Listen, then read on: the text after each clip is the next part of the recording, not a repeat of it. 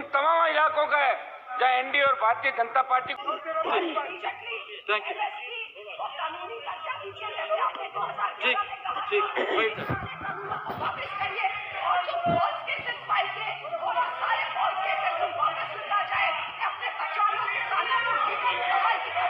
बेनीवाल जी,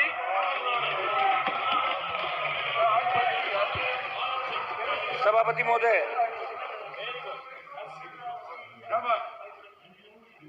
माननीय राष्ट्रपति महोदय के अभिभाषण पे आपने मुझे बोलने का मौका दिया, इसके लिए आपको धन्यवाद। सभापति महोदय, पिछले 2 दिन से 40 के करीब माननीय सदस्यों ने, सांसदों ने, जिसमें पक्ष विपक्ष के सारे साथी थे, उन्होंने अपनी अपनी बात रखी।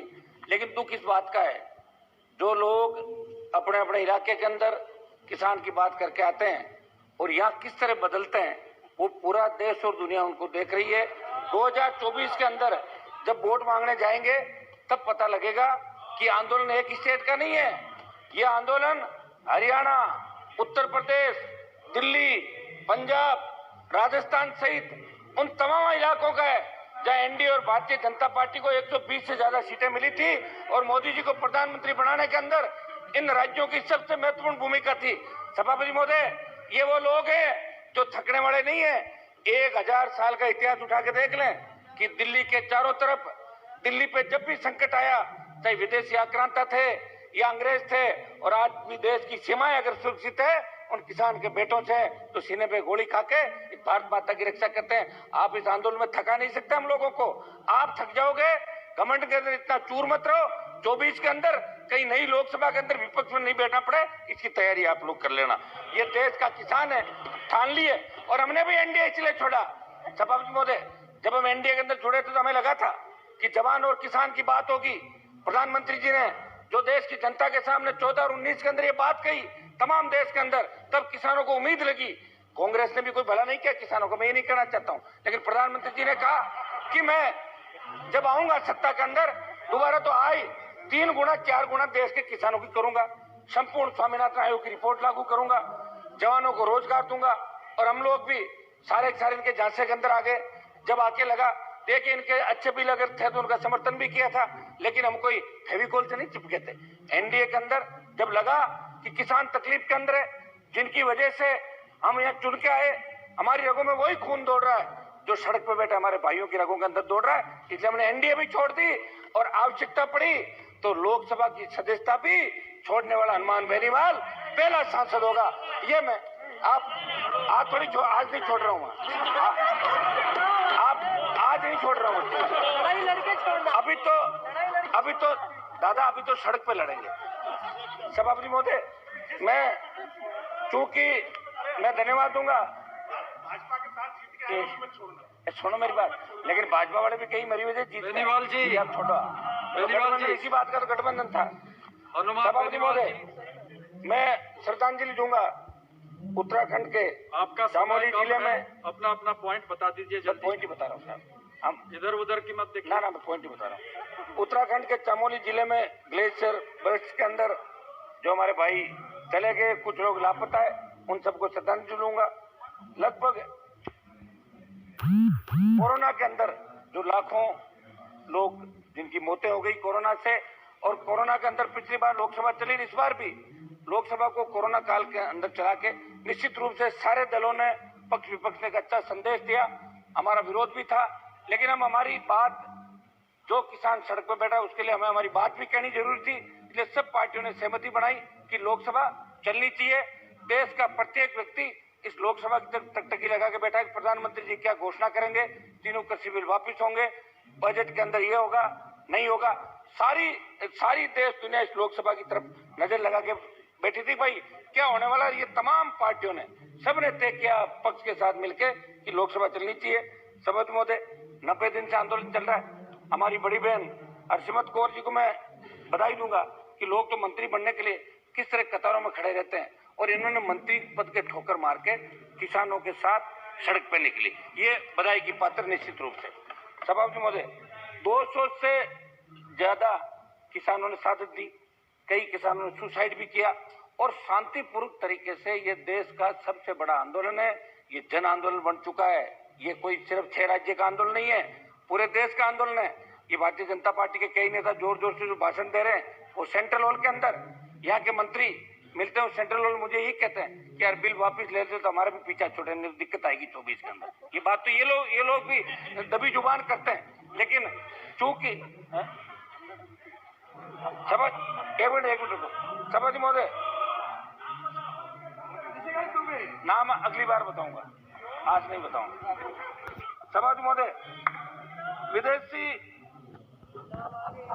सभापति महोदय 4 बॉर्डर है, सिंगू बॉर्डर, गाजीपुर, टीकरी और शाहजहांपुर बॉर्डर। एक मिनट रुको साहब, शाहजहांपुर बॉर्डर के अंदर ये शुरुआत हुई कि राजस्थान का किसान आंदोलित नहीं है।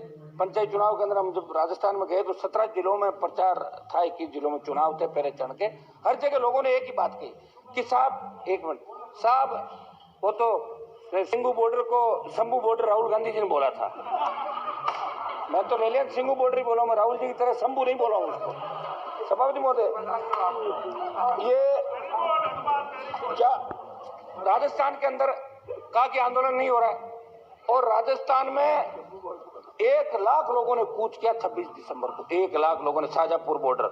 और ये हाईवे पहली बार जाम हुआ 70 साल के अंदर, आजादी के बाद पहली बार जयपुर दिल्ली का जो राष्ट्रीय राजमार्ग है इसको जाम किया। और किसान इतने शालीनता से वहां बैठे हैं कि सर्विस रोड खुली हुई है, अगर कोई एम्बुलेंस है, कोई दूसरी तरह की जो अति आवश्यक सुविधाएं उसके अंदर वो सेवा भी करें, समर्पण भी करें और खुद अपने हिसाब से सारा आंदोलन करें। सभापति महोदय, हमारा तो सरकार से यही निवेदन है कि जो किसानों की प्रमुख मांग है, सरकार पहले कह रही थी कि कृषि बिल अच्छे हैं, मंत्रियों को इलाकों भेजा, सांसदों को भेजा कि रैलियां करो, लोगों में जन जागरण अभियान चलाओ।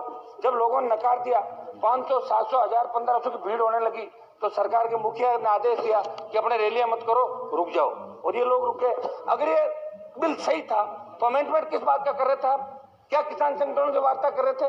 और फिर आपने कहा हम होल्ड कर देते हैं 1.5 से 2 साल। जब आप 1 फुट पे आ ही गए, जब आपने अपनी गलती मान ली तो तीनों बिल वापस ले लो, देश का किसान उठ के चला जाएगा। प्रधानमंत्री चाहे यहीं से घोषणा कर दे, आपके गृह मंत्री जी से घोषणा करा दो कि हम बिल वापस ले रहे हैं। किसान को एक बात का सवाल है, उन्होंने बात पकड़ ली, आप अपनी जिद छोड़ो, क्योंकि आपको वापस इनके बीच ही जाना है। आप कांग्रेस की जो दुर्दशा हुई थी 1989 के अंदर, उसकी शुरुआत भी दिल्ली के चारों तरफ के स्टेट से हुई थी, फिर बिहार से लेकर तमाम राज्यों के अंदर कांग्रेस सिमट गई और जनता दल भारतीय जनता पार्टी की सरकार बनी थी। पिछला इतिहास उठा के देखो, आप अभी सोच रहे होंगे कि किसान थक जाएंगे, घर चले जाएंगे, भूल जाएंगे। भूलेंगे नहीं, जब मशीन दिखेगी और उसमें बटन दबाना होगा तब वो कौन सा बटन दबाएंगे उनको अच्छी तरीके से याद है। इसलिए किसानों को थकाने का सपना छोड़ दो। सभापति महोदय, मैं मांग करता हूं कि तीनों कृषि बिल जो काले कानून है इनको वापस दिया जाए और संपूर्ण स्वामीनाथन आयोग की रिपोर्ट। ये बात सही है कि 2006 से, गिरिराज सिंह जी आपका जवाब दे रहा हूं, ये बात सही है कि 2006 से लेकर 14 तक जब कांग्रेस की सरकार थी तब भी स्वामीनाथन आयोग की रिपोर्ट पेंडिंग थी, लागू नहीं की कांग्रेस पार्टी ने, और आपने उसको आपने थोड़ा सा लागू किया, पूरा फायदा आपने भी नहीं दिया। आप पूरा अगर फायदा देते तो C2+50 फार्मूला लागू करता है पूरा। जिस तरह जापान अमेरिका के अंदर किसान खेती में 100 रुपए खर्च करता है, उसको 300 रुपए मिलते हैं, यहाँ 100 रुपए खर्च करने पे 57 रुपए मिलते हैं, 43 रुपए का घाटा है सभापति महोदय। इसलिए सबसे ज्यादा किसानों की आत्महत्याएं इस देश के अंदर हो रही है, सबसे ज्यादा नौजवान बेरोजगार से तंग आके इस देश में आत्महत्याएं कर रहा है। और ये बात मोदी जी कह रहे हैं कि भाई मोदी है तो आपको मौका है, ये सही बात है, क्योंकि मोदी जी कुछ करना चाहते हैं। उन्होंने जगा दिया देश को कि हम आएंगे तो किसानों के लिए कर देंगे, वो कर देंगे, तारे तोड़ के ले आएंगे। तो लोगों ने कहा लाओ तारे तोड़ के, अब आप आ गए। अब बार बार आपके तो कि राहुल गांधी वहां चले गए, वो ट्वीट कर दिया। राहुल गांधी की बात करके आंदोलन को क्यों बरकरार रहे हो? 26 जनवरी की घटना हुई, उसके अंदर जो दोषी है उनको पकड़ो आप। तिरंगे का अपमान कोई सहन नहीं करता। हम सब ने इस बात की निंदा उसी समय की थी जब लाखों लोगों ने ट्रैक्टर परेड दिल्ली के अंदर करी थी, दिल्ली को घेरा था। और सभापति महोदय, तिरंगा किसान के बेटों ने हमेशा तिरंगे की लड़ाई लड़ी, आजादी से लेकर पहले यहाँ जो बैठे हैं, आजादी की लड़ाई से लेकर आज तक मेरे हिसाब से तमाम जातियां जो बैठी है, ये कोई जातीय मुद्दा भी नहीं है, तमाम, एक मिनट आपकी तरफ भी कराऊं, दोनों तरफ तमाम लोगों ने आजादी के आंदोलन से लेकर आज तक हमेशा संघर्ष किया, देश को आजाद कराया अंग्रेजों से, और आज भी देश की सीमाओं पर रक्षा करते हैं, वो किसान आंदोलन में किसान कभी तिरंगे का अपमान नहीं कर पाएगा। कहीं न कहीं सोची समझी साजिश होगी, उस साजिश का भंडाफोड़ आप लोग करो, एनआईए से जांच कराओ, सीबीआई से कराओ, लेकिन लाल किले की तरफ आपने मोड़ के और इस आंदोलन को जिस तरीके से मोड़ देने का कोशिश किया, किसान आंदोलन को बदनाम करने की कोशिश की देश के अंदर, ये देश का किसान आपको माफ नहीं करेगा, देश का जवान माफ। ये 1-2 मिनट दो साहब, 1 मिनट। हम आपकी लोकसभा चलाने में सबसे ज्यादा साथ हैं। सभापति महोदय, मैं आप 1 मिनट में एक दो पॉइंट मेरे करता हूँ। सभापति महोदय, मेरी यही डिमांड है कि खरीद की गारंटी का कानून को अमली जामा पहनाया जाए। आज अभी पहले बात चल रही थी समर्थन मूल्य पर खरीद की, तो समर्थन मूल्य पे आज भी खरीद नहीं हो रही है, भाषणों में होती है। आज राजस्थान के अंदर जहां से मैं आता हूँ, 1 मिनट रुको आप, राजस्थान में जहां से मैं आता हूँ, अभी मूंग की बंपर पैदावार राजस्थान के अंदर हुई। हमारे मंत्री जी भी बाड़मेर से, जो कृषि राज्य मंत्री बाड़मेर से आते हैं, मूंग की बंपर पैदावार हुई, लेकिन आपने कह दिया कि 3% से ज्यादा खराब है। वो तो हवा लगने से भी खराब हो सकता है, ठंड से भी हो सकता है, लेकिन आपने उसको 3% से, आपने कहा कि 3% से ज्यादा खराब नहीं लेंगे।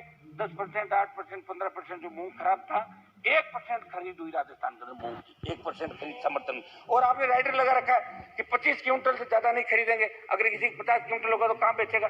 ये एक पूरे देश के गिरिराज सिंह जी, आप तो सबके देश की चिंता करते हो, ऐसे क्या कर रहे हो। और मैं बात किसान की कर रहा हूँ। सभापति महोदय, मेरी सरकार से मांग है कि किसान की जो प्रमुख मांगे है, इसको लागू करें, संपूर्ण स्वामीनाथन आयोग की रिपोर्ट लागू करें। प्रधानमंत्री जी को 2 बार देश की जनता और भारतीय जनता पार्टी को तो खुश होना चाहिए। स्वामीनाथन कमेटी, आयोग नहीं, हाँ, वो भी कमेटी की रिपोर्ट लागू करें साहब।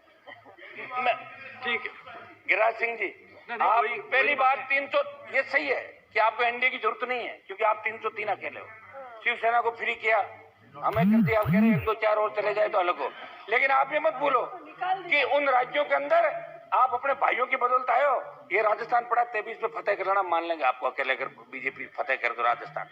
सभापति महोदय, आज प्रधानमंत्री जी आए तो 25 हम लाने में थे, अब की बार आ जाना आप लोग। अरे नहीं आएगा, आप ज्यादा जिद करो तो प्रधानमंत्री जी कह रहे तो मैं इसकी बदलता हूँ, कल नागौर का चुनाव करा लो, आप करा लो, लेकिन फिर श्रीमती एक सेकंड साहब, 1 मिनट मेरी बात तो पूरी हो गया आप 1 मिनट बात हो गया। बस एमएसपी पे हमें 1 मिनट जवान पे बोल दूं, 1 मिनट किसान पे आ गया, जवान पे बोल देता हूँ।